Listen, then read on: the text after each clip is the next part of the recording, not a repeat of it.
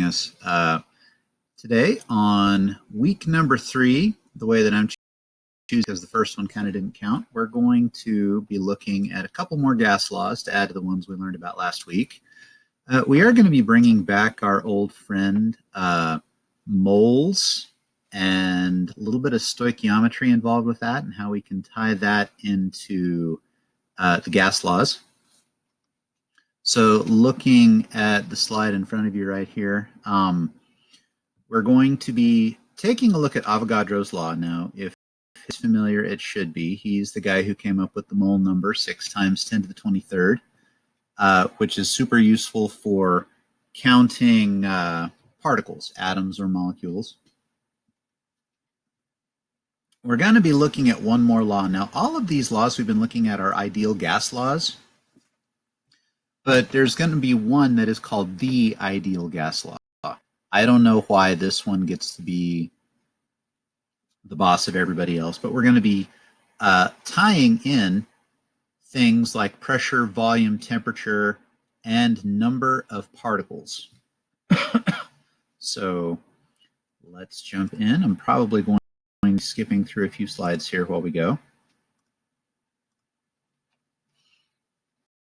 Okay. Now, Gay-Lussac we talked about last week.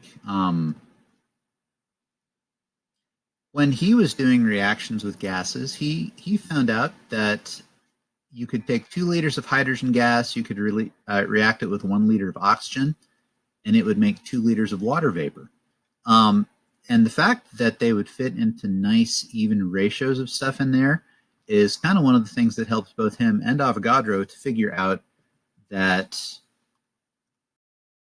equal volumes of gases under a certain pressure contain the same number of particles.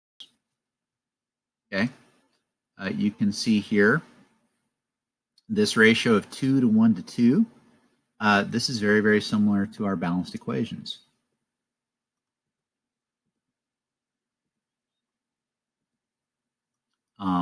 And the more that he played around with it, the more that Gay-Lussac found out that it wasn't just hydrogen and oxygen, but that other gases, when you reacted them together in whole number volumes like this, would show a similar kind of pattern. Okay. So Gay-Lussac came up with the law. We're not going to worry too much about learning his law of combining volumes, but that led to Avogadro figuring out Avogadro's number. So actually, when we learned it, we learned about the effect before we learned about the cause, because it was actually building on Gay-Lussac's law that led Avogadro to come up with the idea of the mole.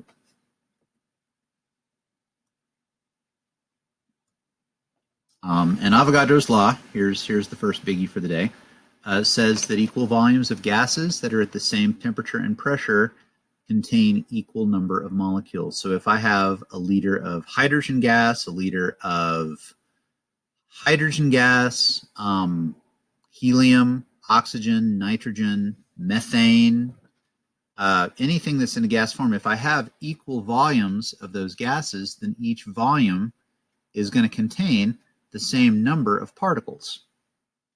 Now, because of the fact that different particles are bigger or smaller, not all of those are going to have the same mass. You know, oxygen gas is going to have something like 16 times the mass of hydrogen gas, but they're still going to take up the same amount of space. They're still going to take up the same amount of volume if they're at the same temperature and under the same amount of pressure.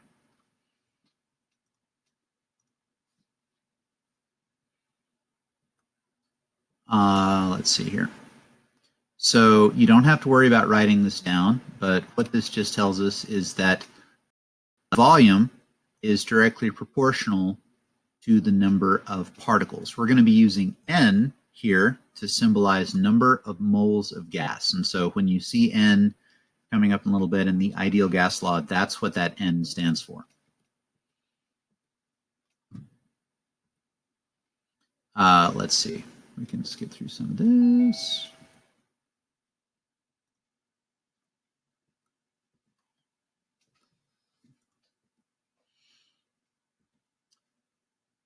Okay, we're going to skip through this a little bit here. Keep going. Now, here's where we start getting into the math that we're already familiar with. If you recall from learning about moles that 1 mole of any substance has 6 times 10 to the 23rd particles, roughly. According to Avogadro's law, 1 mole of any gas will take up the same amount of volume of 1 mole of any other gas. I mentioned that just a minute ago. Now, this is new important stuff. The volume of any gas, of 1 mole of any gas at standard temperature and pressure is exactly 22.4 liters. Okay, now that's big. Okay, but remember, a mole, we're talking a lot of particles, and especially in a gas, those particles are all spread out, so they're going to take up quite a bit of space. Now, what we do need to talk about real quick is, see if it will let me draw on this. Please let me draw on this. Maybe. We need to talk about what STP is. Okay? And I don't know why it's not letting things. That's weird. That's okay. STP is what is known as standard temperature and pressure. And I'm going to stop trying to draw with this thing because it's thoroughly useless. And I'm not sure if that gives it on the next slide, but we will. I'll go ahead and give it to you if it doesn't. So anyway, you need to remember, and this is the first important thing, that 1 mole of a gas at STP has a volume of 22.4 liters. Okay, we'll come back to that, so if you don't want to write it down right now, that's fine. Okay, you can go away now. It's really okay. I guess you're not going to, though. So in other words, if you take a look here, if I have 5 liters of a gas at standard temperature and pressure, then to find out how many moles I have, I'm just going to take that, and this is going to be similar to the stoichiometry, the dimensional analysis stuff you've already done. I'm going to take what I've been given, put it over 1, and then that's going to equal 1 mole is equal to 22.4 liters. So 5 divided by 22.4 tells me that I've only got 0.223 moles of that gas. If I want to change it from moles to liters, then I'm going to use the same conversion factor, 1 mole and 22.4 liters, but I'm going to flip it. And remember, I'm going to try this one more time, dadgummit. It's going to work. Y'all are going to be so impressed. Maybe. Hello? Hey, that looks like a pen. It stops looking like a pen as soon as I move it too far away, though. Is it going to let me draw things? It's not. Never mind. I'm done. That's ridiculous. So, in this case, since moles would be on top of 1, you put moles on the bottom in the next step, of course, and so it would be 0.768 moles times that standard mole volume of 22.4 liters to tell you how many liters of gas you would have, how much volume that gas would have. Okay. Okay, let's see. They don't really talk about STP, so let's take a quick break and talk about STP because that is important. Let me jump over to my camera here. Okay.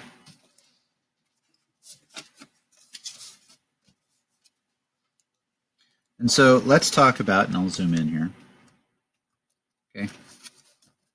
STP stands for standard temperature and pressure. Okay. Because volume can change when temperature changes and when pressure changes. You found that out last week.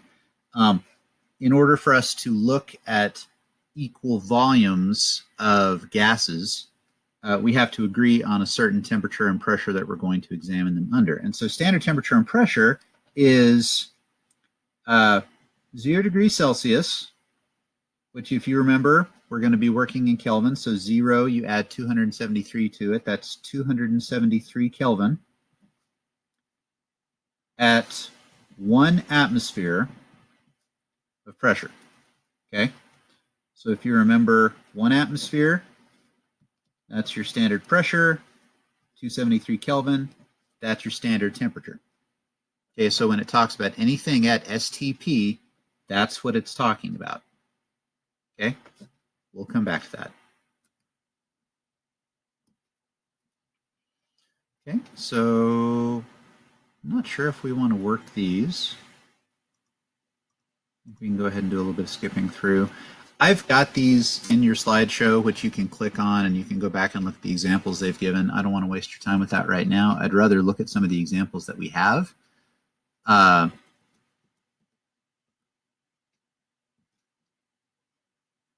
So here's where we're going with that, though.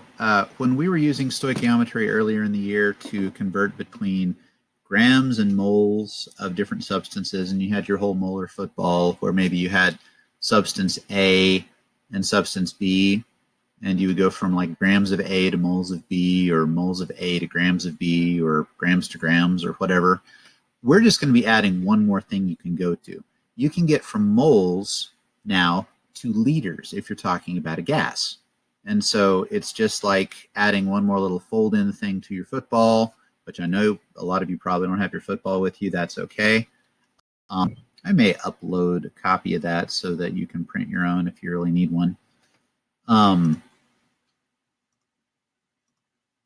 But say, take a look at, we've got 2 moles of carbon dioxide reacting with 1 mole of oxygen to make, 2 moles of carbon monoxide reacting with a mole of oxygen to make 2 moles of carbon dioxide. Okay. And so you could just as easily work with volumes. I could say, okay, if I've got 2 balloons of carbon monoxide and I react them with a balloon of oxygen, all the same volume, then I'm going to end with 2 equal volume balloons of CO2.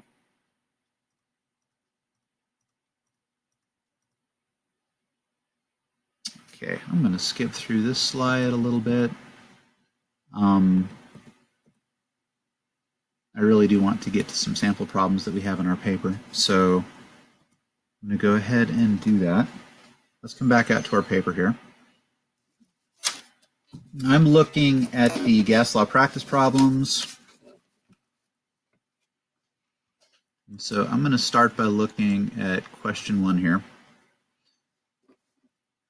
Actually, no, that one's too easy. I'm going to leave number 1 for y'all. Okay, how many liters of water can be made from 65 grams of oxygen? I like that one a lot better. Let's look at number 2. Okay.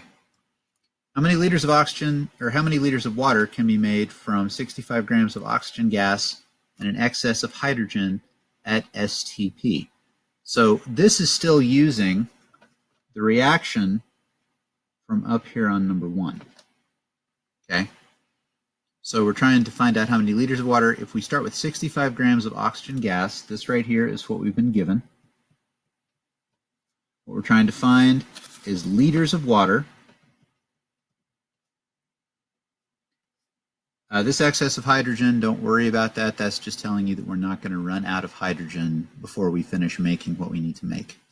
So I'm going to start with what I've been given, which is 65 grams of O2. I'm going to put it over 1. See if I can work this before my fingertips freeze off. Now, this is going to be substance A, and water is going to be substance B. So I'm going to start with grams of A. I'm going to first of all find moles of B, and then I'm going to change moles of B to liters of B. Okay, so just follow along with me. My first step is to go from grams of oxygen to moles of oxygen. So 1 mole of O2. I need to go to my periodic table to find my mole mass of oxygen gas. Oxygen by itself is 16 grams, or pretty close to. So 2 of those would be 32 grams. And if it's been a while since you've looked at this, remember what I've got here is this top part is equal to this bottom part. 1 mole of oxygen gas is equal to 32 grams of oxygen gas. I just got that from the periodic table. Then I'm going to have my step where I put in my mole ratio. I'm going to go look at my balanced equation. I want to find moles of O2 over moles of water. So if I come up here, moles of O2, there's nothing in front of it, so that's a 1. And moles of water, there's a 2. So I'm going to do 1 mole of O2. Oh, wait. Kidding.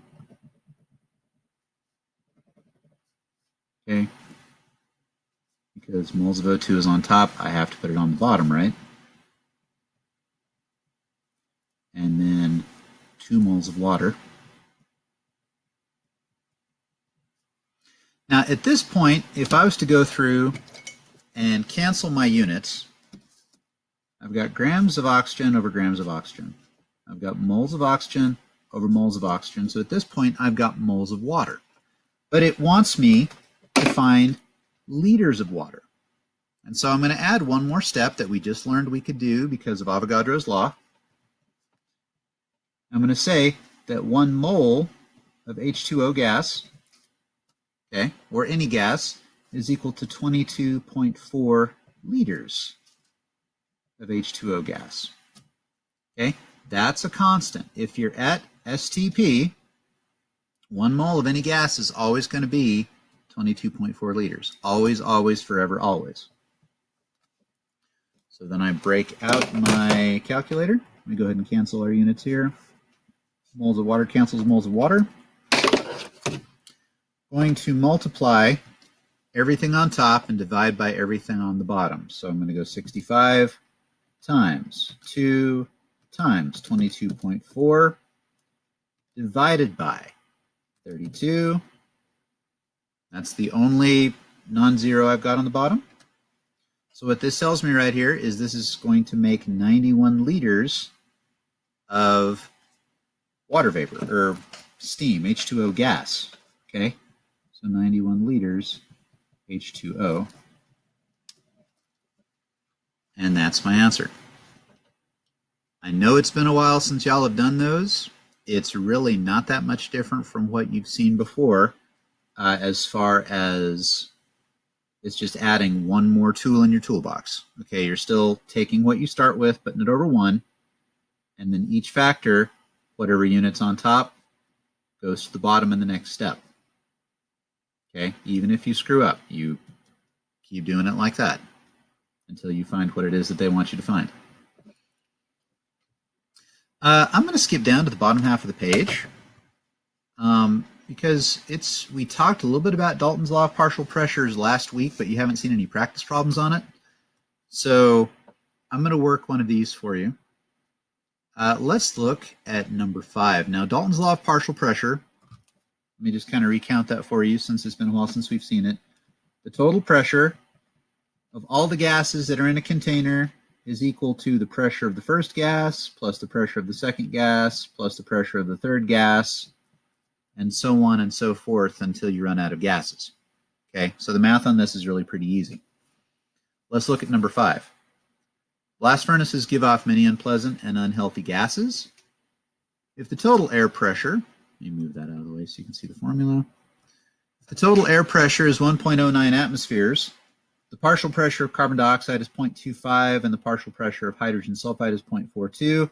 What's the partial pressure of the remaining air? Okay, so this 1.09, that's our pressure total. Okay, 1.09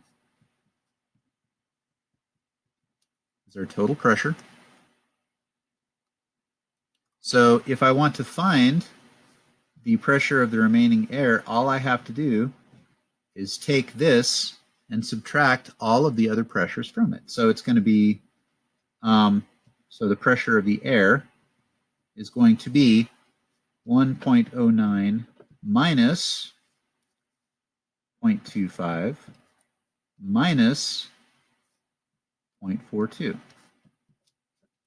So when I put that in the calculator, let's see, try and get it somewhere where you can see it. There we go. Okay, so 1.09 minus 0.25 minus 0.42. Looks like the remaining pressure is going to be 0.42 atmospheres. 0.42 atmospheres, and I'm done. so that's the math behind the principle of partial pressures. I will tell you that number 6 requires a little bit of out-of-the-box thinking, but I think you can totally do it, so I want you to give it a try. I don't want to spoil it for you. Now, we've got one more gas law to learn. You go ahead and fast forward my slides to that. And you can look at these other stoichiometry problems later on in the slides if you want to. Let's talk about the ideal gas law. Okay, this is the biggie. Okay, we have looked at Boyle's law, Charles's law, Gay-Lussac's law, and we've seen relationships between pressure, temperature, and volume. We've looked at the combined gas law, which takes all of those and puts them together. What we're going to look at now is we're going to look at number of moles. We're going to look at what a quantity of a gas does to affect all those other variables. So the law that you're going to be working with, or the equation you're going to be working with, is this guy down here at the bottom. P times V equals N times R times T.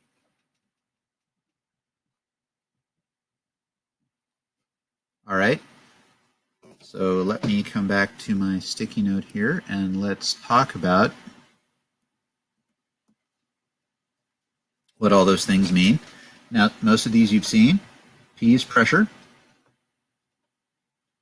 And pressure, remember, is going to be in terms of things like atmospheres or kilopascals,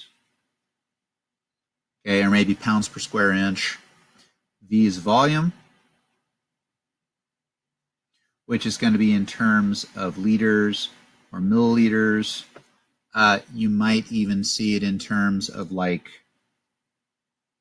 cubic centimeters. That would be a centimeter of space, or a cube of space that's 1 centimeter on each side.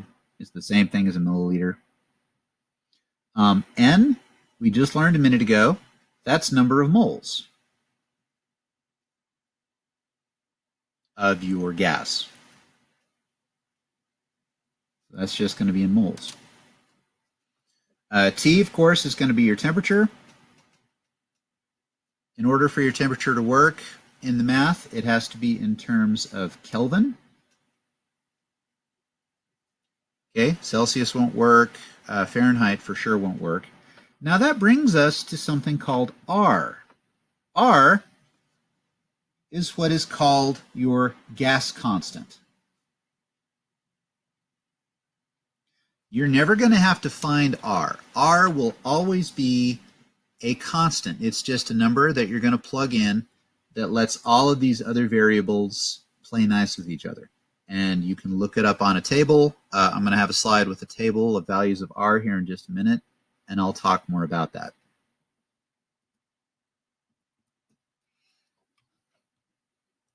So let's go ahead and skip ahead a little bit.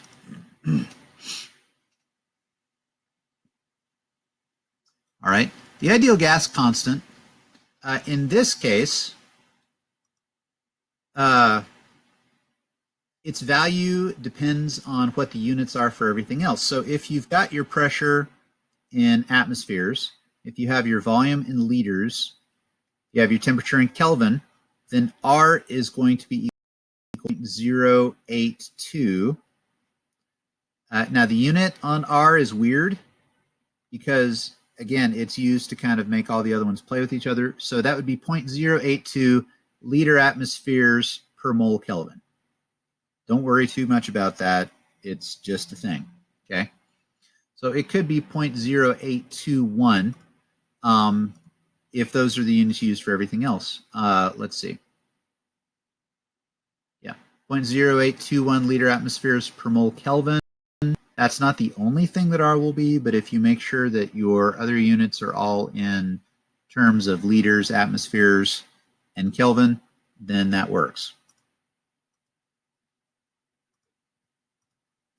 I think on the next slide, yeah.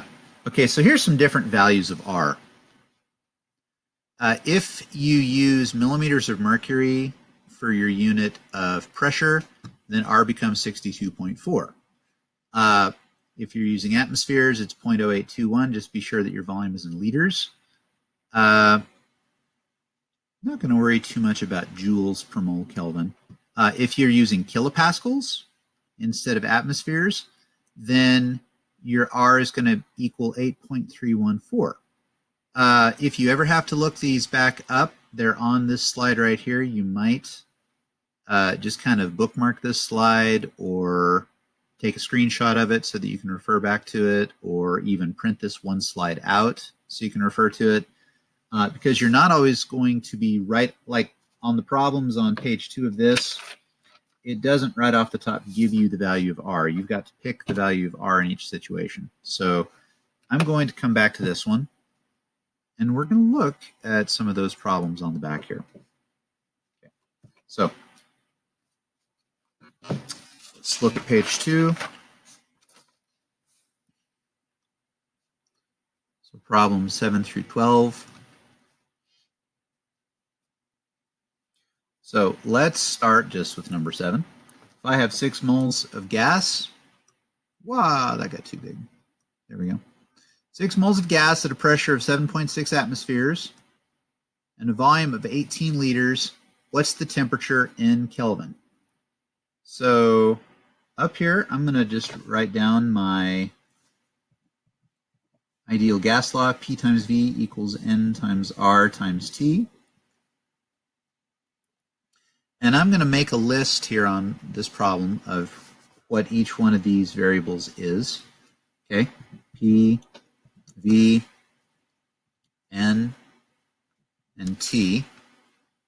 Notice that I didn't put R down because R is not a variable. I do need to figure out what value of R I'm going to be using for this. And I'll figure that out once I know what all of my other units are in. So we have 6 moles of a gas. Now moles, that's N, so N is going to equal 6. Pressure of 7.6 atmospheres, so my P is going to equal 7.6. 18 liters, my volume is going to equal 18.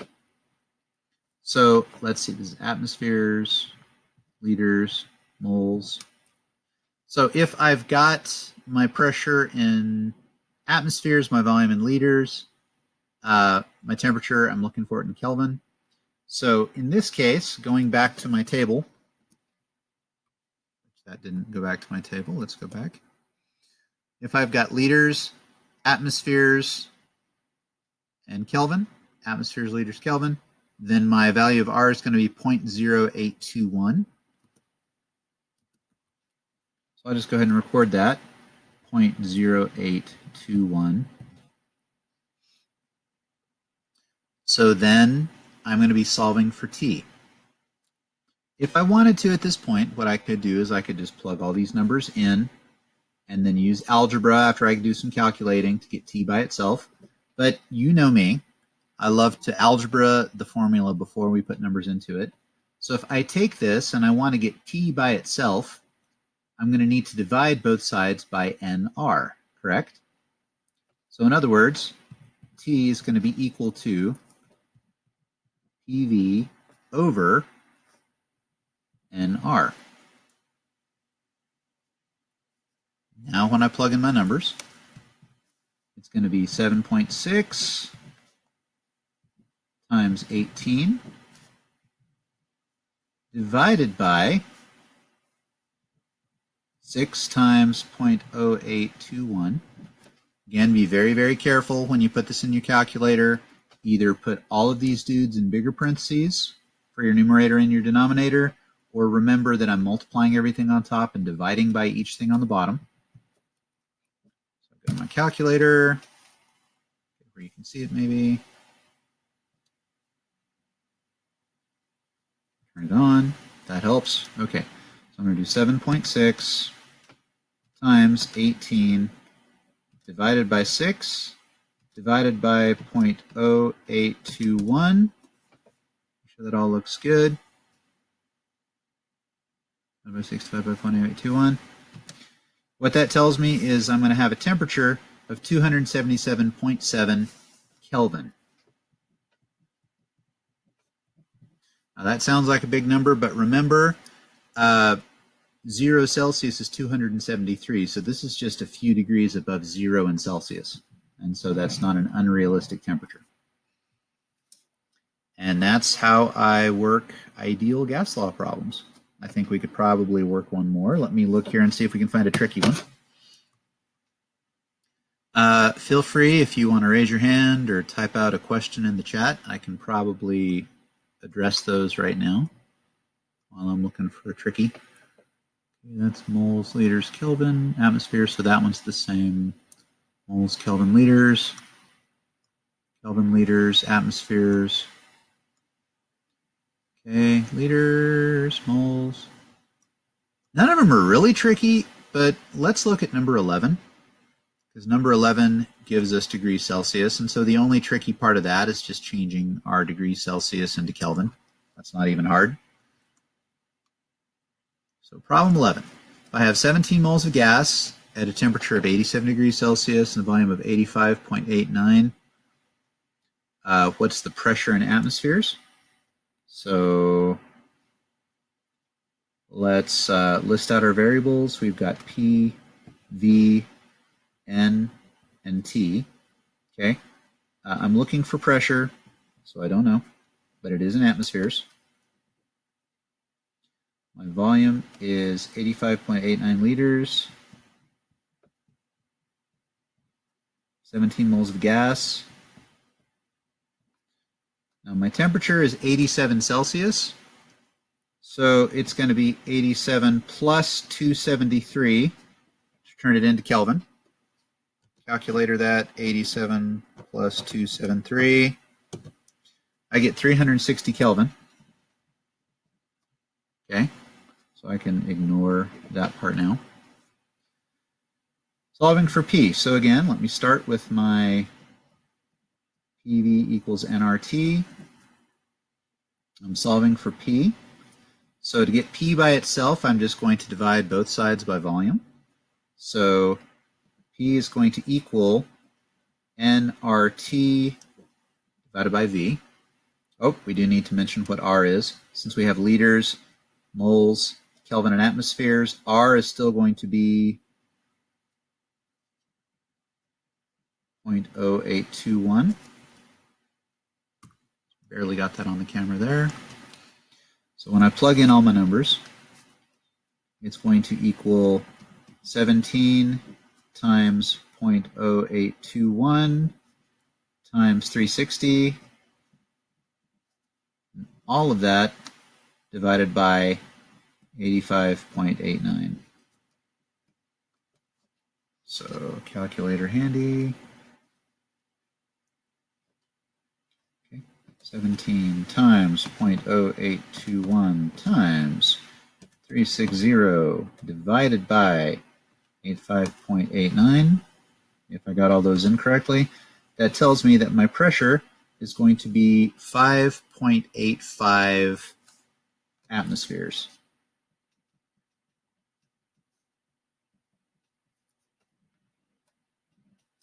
And I'm done.